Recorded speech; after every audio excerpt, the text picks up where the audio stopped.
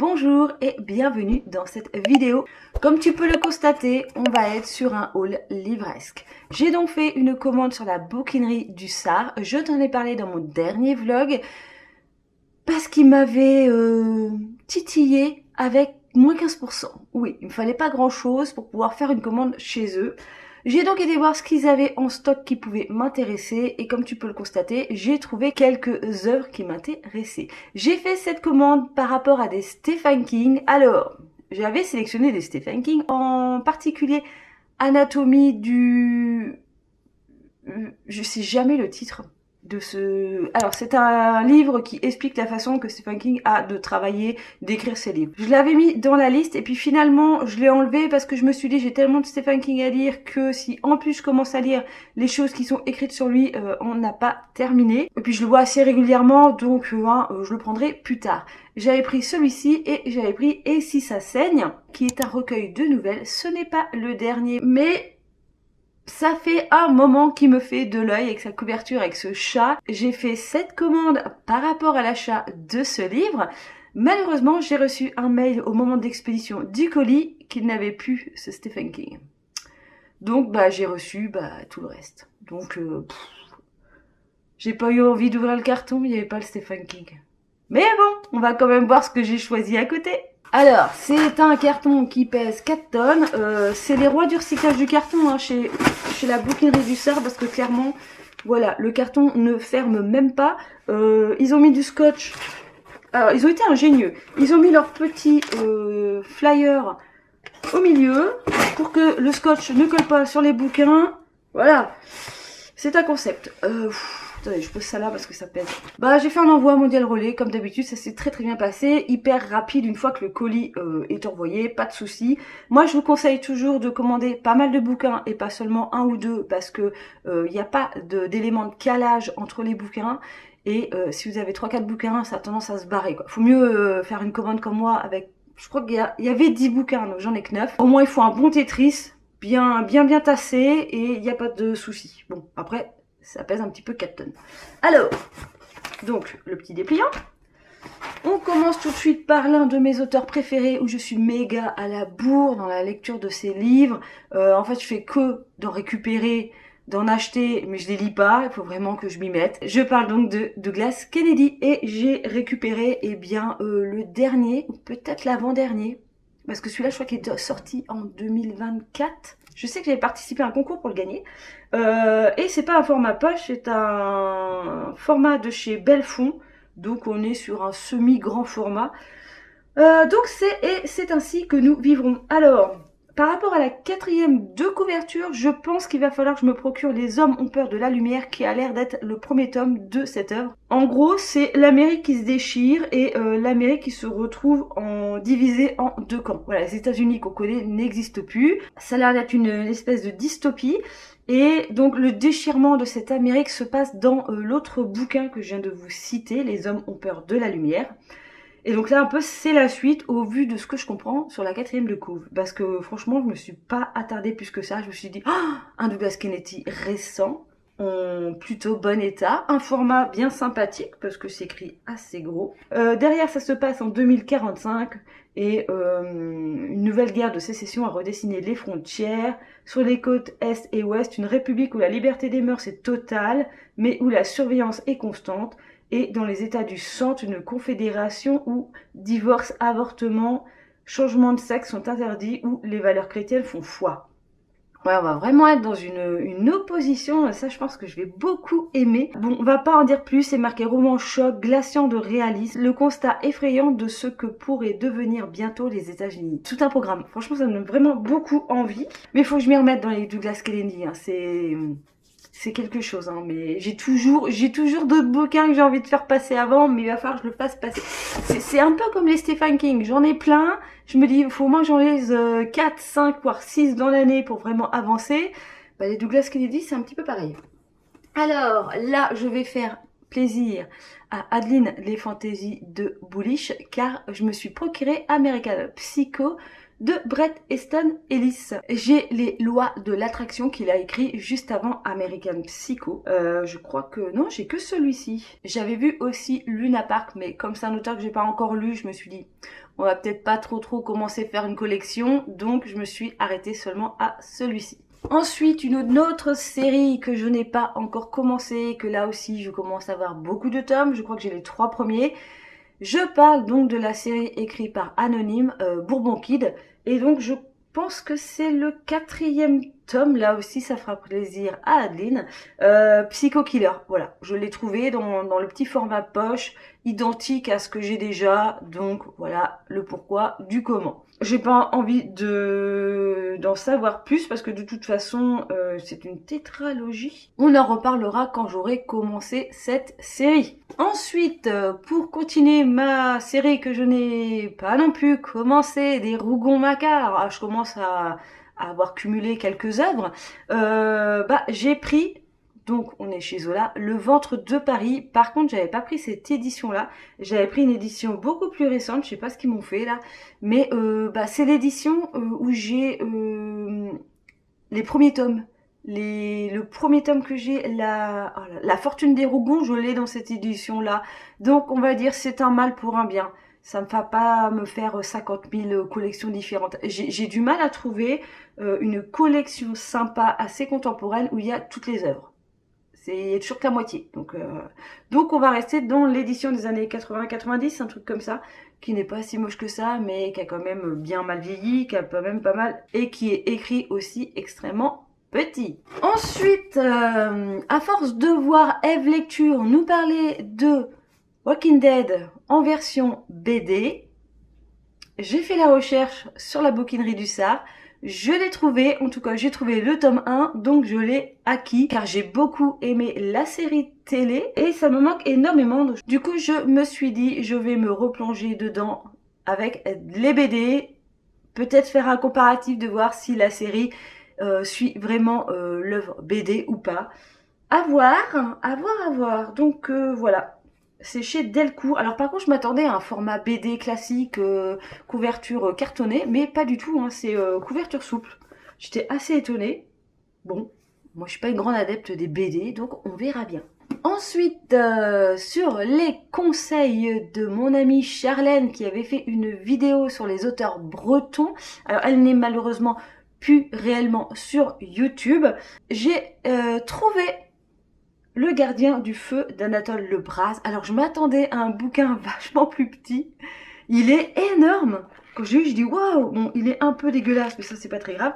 Bon, il est super gros, mais il est édité vraiment d'une façon très étrange. L'écriture est grosse, mais en plus c'est quoi les éditions L'Encre de Marine. Mais il faut vraiment appuyer sur le bouquin pour réussir à écarter les deux côtés, et le texte est super gros avec une vieille typographie avec des empattements. Ouais, il va pas être pratique à lire. Je trouve qu'il est pas, il a beau avoir une couverture souple, je trouve qu'il est pas souple, il est vraiment bien serré, et ouais, le texte ne prend pas beaucoup de place sur le papier, hein. Eux ils ont pas de problème de papier. Moi j'ai trouvé que cette édition là parce que j'aimais bien la couverture, c'est pour ça que je l'avais pris. Bon, on verra bien ce que ça donne. Ensuite, je recherchais des œuvres de Louise May. On la connaît surtout, moi en tout cas dans les personnes que je suis, je crois que vous avez tous lu L'Orage qui vient. Je ne l'ai pas trouvé, mais j'ai trouvé une autre de ses œuvres, c'est Embrun. C'est son deuxième roman qui est paru en 2017. Et là, on est avec une famille bon chic, bon genre, qui va se retrouver. Donc, c'est les Moreau avec des valeurs authentiques, d'équité, d'optimisme. En gros, ils sont insupportablement vivants. J'aime beaucoup ce genre de description. Et comme le veut l'adage, les chiens ne font pas des chats. Marion et Bastien sont les dignes héritiers de leurs parents. Ils ne les décevront pas. Pour l'heure, tous les quatre sont réfugiés le temps du pont du 14 juillet sur une île bretonne, un coin de paradis si prisé qu'il est impossible d'y séjourner sans passe-droit. Mais même l'espace d'un week-end, impossible n'est pas Moreau. Seulement, quand au retour d'une balade Béa-Christ, Bastien trouve la maison vide, la parenthèse enchantée prend soudain l'allure d'un huis clos angoissant. La petite île, devenue terrain boueux d'une battue sous la pluie pour retrouver Marion, va révéler un autre visage, celui d'une étendue de terre entourée d'eau, où vit une poignée d'individus soudés comme des frères et aguerris aux tempêtes. Oh là là. à huis clos sur une île bretonne avec de la tempête, avec du bon caractère breton. Oh oui, ça va me plaire, ça je pense que je vais beaucoup apprécier. Je pense que là celui-là va être dans le haut de ma pile à lire pour les prochains mois parce que voilà, même si on est plus dans une ambiance, je veux dire, automnale, oh j'aime bien. Je suis pressée de le lire. Autre bouquin d'une autrice où tout le monde a lu un de ses livres, mais j'ai pas vu passer celui-ci. Je parle de Silvia Moreno Garcia qui a écrit Mexican Gothic. C'est une œuvre que j'avais envie de me procurer depuis un bon moment, que je n'ai pas trouvé en occasion sur ce site-là, hein, je veux dire sur Vinted, ça se trouve assez facilement. J'en ai vu des échos assez mitigés au fur et à mesure des vidéos que je regarde sur YouTube, en tout cas les personnes qui l'ont lu, que je suis. Voilà, vous êtes quand même assez mitigés, voire un peu déçus par cette œuvre-là. Eh bien moi j'ai trouvé La fille du docteur Moreau et je me suis dit que c'était un bon bouquin pour commencer à lire cette autrice et pas Mexican Gothic comme tout le monde. J'aime bien ne pas faire comme tout le monde. Là on est avec une jeune fille d'un chercheur fou et génial qui a grandi dans une propriété isolée, dans un environnement luxuriant, loin des conflits secouant la péninsule du Yucatan. Bon, apparemment, ce petit monde routinier et rassurant est ébranlé par l'arrivée soudaine d'Eduardo Lisouard, le charmant et insouciant fils du mécène du docteur Moreau, qui déclenchera sans le vouloir une dangereuse réaction en chaîne. Un récit captivant qui mêle horreur, histoire et soupçon de romance. Voilà, ça peut être très bien. C'est édité chez Brajlon. Ah, je savais quand on filme à cette heure-là, je vais avoir le chat. Le chat est réveillé, le chat est réveillé. Alors, ce que je peux en dire dans les commentaires qu'il y a, vous savez, des différents petits auteurs. Il n'y a pas Stephen King pour une fois. Mais là, ce sont des extraits d'avis de journaux. On a Silvia Moreno Garcia, déploie une imagination merveilleuse, fiévreuse, romantique, sans craindre de briser les frontières des genres littéraires et exploite avec brio l'art de la narration. Ça a l'air d'être de la science-fiction historique. Et on nous dit aussi un récit captivant qui mêle horreur, histoire et soupçon de romance.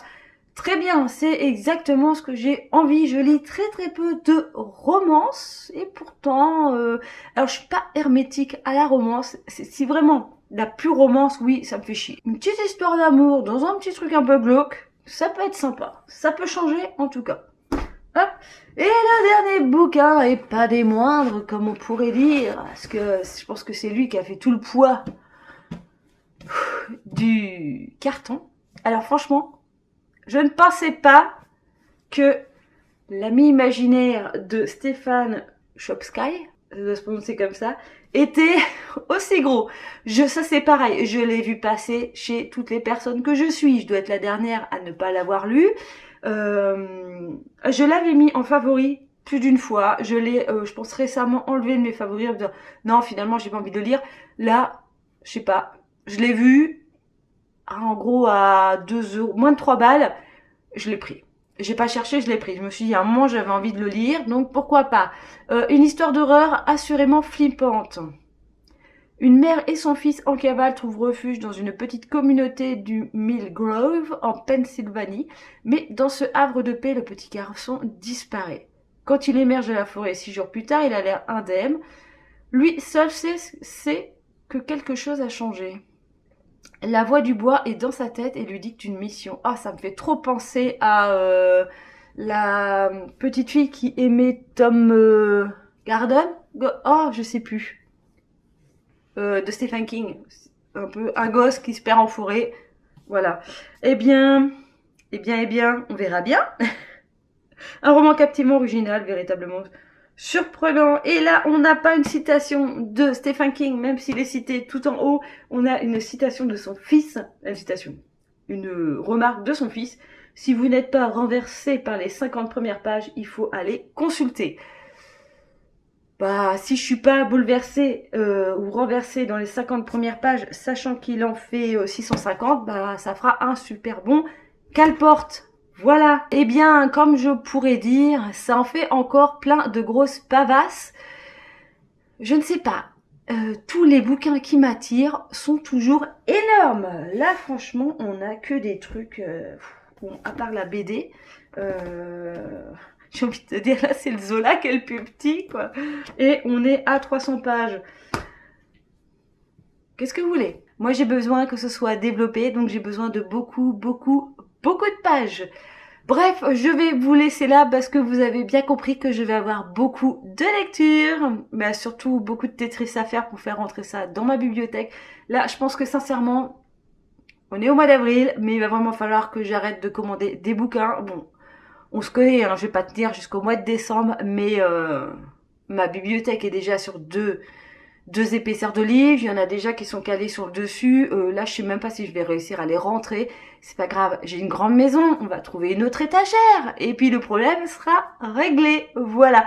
J'espère que ce petit haul vous a plu. N'hésitez pas à me laisser un petit commentaire si vous avez déjà lu un de ces livres, si vous avez envie de me dire que oh, c'est une horreur, ne lis pas ça, ou wow, c'est trop bien, je suis trop contente que tu aies acquis ce livre. Voilà, n'hésitez pas, comme d'habitude, à mettre des petits pouces en l'air pour faire remonter la vidéo. Et sinon, eh bien, moi, je vous fais plein de gros bisous et je vous dis à une prochaine vidéo. Bye bye!